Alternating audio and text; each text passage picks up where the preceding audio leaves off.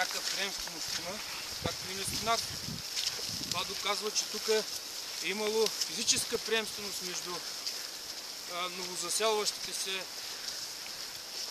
български и славянски племена и оцелялото местно елинизирано тракийско население, което е било повърхностно християнизирано, но си е запазило древната езическа култура. Така че няма друго обяснение как са се предали тези неща, ако не е имало пряка физическа приемственост, защото на много места на Балканите античното население е било изметено като с метла от варварските нашествия. Просто са дошли съвсем нови хора, без никаква връзка с...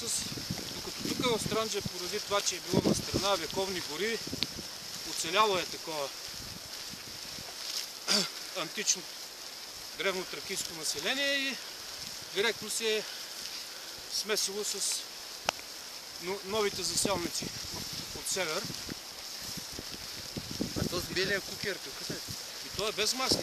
Той се счита, че е най-така древната форма на кукера. Всичко друго е от последствие. Кога се играе? На чернено лице. Февруари. В същото време се играе горе-долу.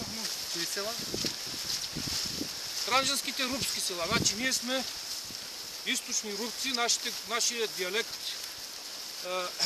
местният ни диалект е много близък до родопските говори и то западните родопски. Не знам по каква причина, но това е установено много отдавна от учените, които се занимават с тези въпроси. И сме тук един анклав останали сред това източно българско население, което говори както говорите във Варна. Нали? Там тук говориме, има много елементи от западно-българските говори, от шопския говор има и от родопски. Села са руските? Цялата община Малко Търново, цялата община Царево и половината община Приморско и 2 села от Средец. Ама то вече всъщност няма и останали почти хора до 10